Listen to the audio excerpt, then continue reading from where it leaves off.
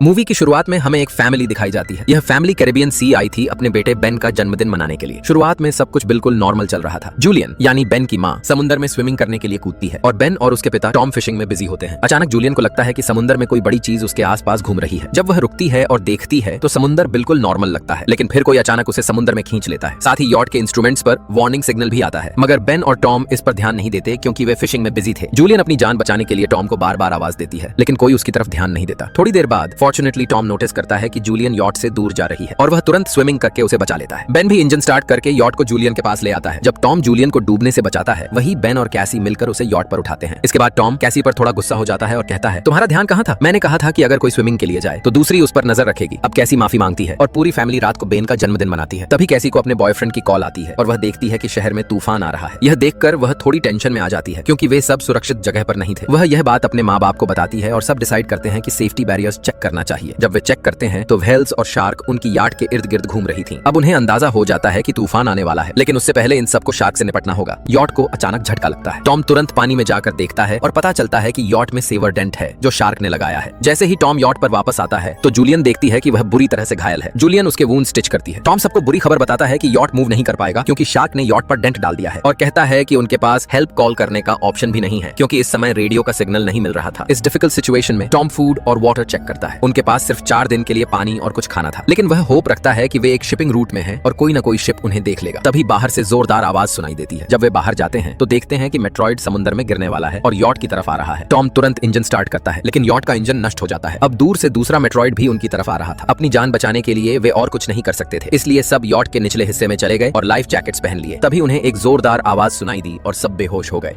जब सब होश में आए तो देखा कि सब जिंदा थे, लेकिन सबको हल्की सी चोटें आई थीं। सबसे सरप्राइजिंग यह था कि यॉट में होल होने के बावजूद यॉट में पानी नहीं आया था। जब टॉम और बेन बाहर गए तो देखा कि यॉट एक पथरीले एरिया में पहुंच गई थी। यह जगह पूरी तरह बदल चुकी थी। जहां पहले पानी था अब सिर्फ पहाड़ थे। टॉम कंपास निकालकर डायरेक्शन चेक करता है। फिर टॉम को पता चलता है कि जमीन में कुछ गड़बड़ हो गई है। जमीन के सारे पोल उलट पुलट हो गए थे। जहां नॉर्थ पोल था वहां अब साउथ पोल था और साउथ पोल की जगह नॉर्थ पोल चला गया था। और जहां पहले रेगिस्तान था अब वहां समुद्र का पानी पहुंच गया था। मतलब अब समुद्र रेगिस्तान में तब्दील हो गया था। जब यह सब समझ में आया तो सब शॉक में आ गए। और एक और हार्ट टचिंग बात यह थी कि टॉम ने बताया कि इस प्रोसेस में इंसान यानी ह्यूमंस शायद मर गए होंगे। कैसी इतनी शॉक में थी कि वह होश ही खो बैठी। अब वह कैबिन में बंद हो जाती है और किसी से बात नहीं करती। जूलियन अपना बचा हुआ खाना कलेक्ट करना शुरू करती है और बेन अपने जन्मदिन के बैलून हवा में उड़ाता है, सोचकर कि अगर कोई जिंदा है तो वह उनकी मदद करेगा। टॉम रेडियो के जरिए किसी से कांटेक्ट करने की कोशिश करता है। वह एक्सपेक्ट कर रहा था कि कोई रिस्पॉन्स नहीं आएगा, लेकिन सरप्राइजिंगली एक रिस्पॉन्स आ गया। यह रिस्पॉन्स दिया कैप्टन ने, जो एक छोटी सबमरीन में था, और उसके साथ भी वही हाल हुआ था। कैप्टन टॉम को बताता है कि धरती के पोल्स बदल गए हैं। ये अपनी जगह लगभग 1 हफ्ते में वापस आ जाएंगे। समुद्र का पानी भी लौट आएगा और उस समय पानी की लहरें बहुत खतरनाक होंगी। इसलिए कप्तान सलाह देता है कि कोई ऊंची सी जगह ढूंढो और वहां चले जाओ। जूलियन तुरंत अपने बच्चों को सामान बांधने के लिए कहती है। टॉम कैप्टन से विनती करता है कि सबमरीन में उनके बच्चों के लिए जगह बना दी जाए, लेकिन कप्तान कहता है कि सबमरीन छोटी है और उसमें सिर्फ एक ही इंसान की जगह है। यहाँ टॉम कैप्टन से मिन्नत करता है कि दोनों बच्चों को एडजस्ट कर ले और बदले में जो भी मदद चाहिए वह करेगा। कैप्टन भी मान जाता है। टॉम सबमरीन का लोकेशन अंदाजा लगाता है और जूलियन को बताता है कि सिर्फ 2 दिन में वहां पहुंच जाएंगे। मतलब पानी आने से पहले उनके बच्चों को सुरक्षित सबमरीन में भेज देंगे और फिर उनकी जिंदगी सुरक्षित हो जाएगी। अगली सुबह पूरी फैमिली सफर के लिए तैयार हो जाती है। तभी टॉम ने दूर से एक अजीब आदमी देखा जो अपने कुत्ते के साथ चल रहा था। टॉम ध्यान देता है कि आदमी घायल है। पास आने के बाद टॉम उसे पानी देता है, लेकिन जैसे ही आदमी ने पानी पिया वह टॉम पर हमला कर देता है। जूलियन, जो दूर से यह सब देख रही थी, उनकी ओर दौड़ती है। वह आदमी अपने हाथ में पकड़ा हुआ खंजर टॉम में घोंप देता है और उसे बुरी तरह मार देता है। जूलियन अपने पति को तो बचा नहीं पाती, लेकिन अपने बच्चों को बचाने के लिए यॉट में चली जाती है। जूलियन बच्चों को कैबिन में छुपाती है और कैसी को फ्लेयर गन देती है और कहती है कि इसे केवल इमरजेंसी में इस्तेमाल करना। यह बताते ही किलर यार्ड के कैबिन के दरवाजे तक पहुंच जाता है। जूलियन भागकर वॉशरूम में चली जाती है और अपने जख्मों की सिलाई करती है। इधर किलर को जब कुछ खाने को मिलता है तो वह जल्दी से खाना खा लेता है। उसे देखकर ऐसा लग रहा था कि वह कई दिनों से भूखा है। खाना खाने के बाद जब किलर जूलियन को मारने के लिए पीछे आता है तो देखता है कि कैबिन खाली है। असल में जूलियन बोट के होल से भाग गई होती है, लेकिन बदकिस्मती से किलर का कुत्ता जूलियन को देख लेता है और भौंकना शुरू कर देता है। जूलियन उसे मारकर बोट के नीचे छुप जाती है। किलर उसे नहीं देख पाता, लेकिन जब उसकी नजर अपने कुत्ते पर जाती है तो उसे समझ आता है कि जूलियन बोट से निकल गई है। अब किलर जैसे ही बोट से उतरता है, जूलियन दूसरी तरफ टूटी हुई शीशे की जगह से घुसकर वापस बोट में आ जाती है। मगर जूलियन की किस्मत खराब थी। थोड़ी ही देर बाद किलर ने उसे पकड़ लिया। उसने जूलियन के बाजुओं को मजबूती से पकड़कर उसे बुरी तरह पीटना शुरू कर दिया और फिर उसका गला घोंटने लगा। जूलियन अपनी जान बचाने के लिए पूरी ताकत से लड़ाई करती है। कैबिन में बैठी कैसी सब कुछ देख रही होती है। उसे लगता है कि यही सही वक्त है फ्लेयर गन चलाने का। वह फ्लेयर गन चला देती है। गोली से किलर को ज्यादा चोट नहीं लगती, लेकिन उसकी यॉट में आग लग जाती है। जूलियन तुरंत अपने दोनों बच्चों को उठाती है और यॉट से बाहर निकल आती है, लेकिन किलर फिर जूलियन पर हमला करता है। इस बार जूलियन अपने पैरों से उसे दूर धकेलकर खुद को आजाद कर लेती है। बाहर निकलते ही कैसी और बेन अपने फादर की डेड बॉडी देखकर जोर जोर से रोने रोने लगते हैं। बेन को लगता है कि यह सब उसकी गलती है, कि अगर उसने कलरफुल बैलून छोड़कर न गए होते तो शायद यह आदमी यहाँ तक नहीं आता। जूलियन भी आंसुओं में डूब जाती है, मगर फिर देखती है कि किलर जलती हुई यॉट से जिंदा बाहर आ गया है। यहाँ रुकना बेवकूफी थी, इसलिए वह अपने बच्चों को लेकर दौड़ जाती है। कुछ देर भागने के बाद वे सब थककर एक पहाड़ी के पीछे रुक जाते हैं। कैसी बेन को पानी देने की कोशिश करती है, लेकिन वह पीने से इनकार कर देता है। तभी जूलियन देख लेती है कि किलर अभी भी उनके पीछे है। वे तीनों फिर से भागना शुरू कर देते हैं। हर बार पीछे मुड़कर देखते हैं तो किलर उनका पीछा करता मिलता है। आखिर वे एक जगह पहुंचते हैं जहां जहरीला पानी था। जूलियन अपने बच्चों से कहती है कि यहाँ रुकना खतरनाक होगा, आगे चलना होगा। यहाँ से निकलते ही बेन की तबीयत बिगड़ने लगती है। जूलियन समझती है कि उसे डिहाइड्रेशन हो गया है। उसके पास जो पानी था वह सिर्फ बेन को पिलाती है, मगर इतना कम पानी काफी नहीं होता। कैसी भी हिम्मत हार जाती है, कहती है कि शायद हम जिंदा नहीं बचेंगे, लेकिन जूलियन उसे तसल्ली देती है। जो मैं कह रही हूँ उस पर चलो, मैं तुम दोनों को बचा लूंगी। यह बात सुनकर कैसी और बेन जूलियन के साथ चल पड़ते हैं। कुछ दूर आगे उन्हें समुद्र में क्रैश हुआ एक पुराना प्लेन मिलता है। तीनों उसमें छुप जाते हैं। जूलियन वहीं अपनी फैमिली की फोटो देखती है जो पिछली रात की थी। उस फोटो को देखकर सबको टॉम की याद आ जाती है। रात काफी गुजर चुकी थी। कैसी और बेन सो जाते हैं, मगर जूलियन बेचैनी में प्लेन से बाहर निकल आती है। उसे अंधेरे में भी किलर का पीछा करते देख हैरानी होती है। किलर उसे देख लेता है। इसके बाद जूलियन सोने का नाटक करती है और जैसे ही किलर पास आता है, जूलियन अचानक उठकर उस पर हमला कर देती है। चाकू से बार बार वार करते हुए आखिर जूलियन किलर का काम तमाम कर देती है। आखिरकार उनके सर से यह खतरा हट चुका था। जूलियन भी चैन से सो गई। सुबह जब सब जागे तो उन्होंने देखा कि किलर की लाश बहुत बुरी हालत में पड़ी है। ये देखकर उन्हें एहसास हुआ कि यह समुद्र खुद कितना खतरनाक है। अब उनका मकसद सबमरीन तक पहुंचना था, जहां कैप्टन उनका इंतजार कर रहा था। जूलियन मैप देख रही होती है कि तभी बेन को बहुत प्यास लगती है। पास ही एक तालाब देखकर वो पानी पीने लगता है, जबकि जूलियन ने मना किया था। ये पानी जहरीला था, लेकिन प्यास की वजह से बेन उसकी बात नहीं मानता। जूलियन जबरदस्ती उसे खींचकर बाहर लाती है, मगर तब तक बेन बीमार हो चुका होता है। जूलियन और कैसी उसके लिए जल्दी से एक शेल्टर बना देते हैं ताकि वो आराम कर सके। लेकिन उसी रात जूलियन को अजीब सी आवाजें सुनाई देती हैं। बाहर निकलकर देखती है तो हजारों की तादाद में क्रैब्स उनकी तरफ बढ़ रहे होते हैं। तीनों भागना शुरू कर देते हैं और दूर उन्हें एक बहुत बड़ा कार्गो शिप नजर आता है। शिप कंटेनर से भरा होता है। कुछ लोग पहले से ही उनमें छुपे हुए थे। जूलियन, कैसी और बेन को देखकर वो लोग कंटेनर बंद कर लेते हैं। जूलियन दरवाजा नॉक करके मदद मांगती है, मगर क्रैब्स का तूफान उनके बिल्कुल पीछे आ चुका होता है। कैसी और बेन कंटेनर पर चढ़ जाते हैं। जूलियन भी चढ़ने लगती है, लेकिन तभी एक क्रैब उसे काट लेता है। वो अपनी चोट स्कार्फ से बांधती है और बेहोश हो जाती है। कैसी और बेन देखते हैं कि क्रैब्स कंटेनर तोड़कर अंदर घुस गए और लोगों पर टूट पड़े। जिनके पास हथियार थे वो बचाव करने लगे, लेकिन जितने भी क्रैब्स मरते उनकी जगह और आ जाते। सुबह जूलियन को होश आता है। वो देखती है कि बच्चे वहां नहीं है। जूलियन घबरा जाती है कि शायद उनके साथ कुछ बुरा हो गया। वो रोने लगती है, मगर थोड़ी देर बाद कैसी और बेन लौट आते हैं। असल में वो खाना और हथियार ढूंढने गए थे। क्रैब्स भी अब उस इलाके से आगे बढ़ चुके थे। जूलियन चैन की सांस लेती है और अपनी चोट का इलाज करती है। बेन हथियारों को देख रहा होता है और जूलियन रेडियो पर कप्तान से संपर्क करती है। कप्तान बताता है कि समुद्र के जानवर उस पर भी हमला कर चुके हैं। वो खुद बुरी तरह जख्मी है और अब मदद नहीं कर सकता। वो ये भी कहता है कि समुद्र जल्द अपनी असली हालत में लौटेगा। यही वजह है कि ये सब क्रीचर्स बाहर निकल आए हैं। सबसे बड़ी मुश्किल ये थी कि उनका मैप खो चुका था, इसलिए कप्तान ने आसमान में फ्लेयर गन चलाई ताकि उन्हें रास्ता देख सके। बेन उस दिशा को देखकर समझता है और सब सबमरीन की ओर चल पड़ते हैं। कुछ देर बाद उन्हें दूर एक छोटी पीली सबमरीन दिखाई देती है, मगर वहां पहुंचना आसान नहीं था। रास्ते में उन्हें जहरीले वेस्ट वाली जगह से गुजरना पड़ता है, जहां हर कदम उनकी जान के लिए खतरा था। इसी बीच कैसी जूलियन पर इल्जाम लगाती है कि उसने अपने बच्चों की सही हिफाजत नहीं की। दोनों में बहस होती है और जूलियन उसे डांट कर चुप कराती है। फिर कैसी कहती है कि हमें आगे बढ़ना होगा। रास्ते में माउंटेन्स के बीच स्लाइडिंग होती है और जूलियन पीछे रह जाती है। वो एक बड़े पत्थर के नीचे दब जाती है। कैसी उसके बिना आगे नहीं जाना चाहती, मगर जूलियन उसे कसम देती है कि तुम्हें अपने भाई की हिफाजत करनी है। मजबूरन कैसी बेन को लेकर आगे बढ़ती है। सबमरीन तक पहुंचने पर वो देखते हैं कि वहां कोई नहीं है। दरवाजा नॉक करते हैं और कप्तान बाहर आता है, जो बहुत ज्यादा घायल होता है। वो बताता है कि अब उसके बचने की कोई उम्मीद नहीं और सबमरीन में सिर्फ 3 लोग बैठ सकते हैं। ये सुनते ही कैसी तुरंत जूलियन की तरफ दौड़ती है। उस वक्त जूलियन क्रब्स को गोली मारकर दूर कर रही होती है, मगर उसकी गोलियां खत्म होने वाली थी। जैसे ही एक क्रैब उस पर हमला करने वाला होता है, कैसी उसका हाथ पकड़कर खींच लेती है। जूलियन बड़ी मुश्किल से पत्थर के नीचे से निकलती है और दोनों भागते हुए सबमरीन तक पहुंचते हैं। तीनों तुरंत सबमरीन के अंदर बैठ जाते हैं। सीट बेल्ट बांधते ही सामने समुद्र की बहुत बड़ी लहर आ जाती है। लहर से टकराते ही सब बेहोश हो जाते हैं। जूलियन को होश तब आता है जब सबमरीन पानी में नहीं बल्कि एक वीरान शहर में होती है। समुद्र की बड़ी लहर उन्हें खींचकर वहां ले आई थी। शहर की तबाही देखकर लगता है कि वहां अब कोई जिंदा इंसान नहीं बचा और यहीं उनकी कहानी खत्म हो जाती है।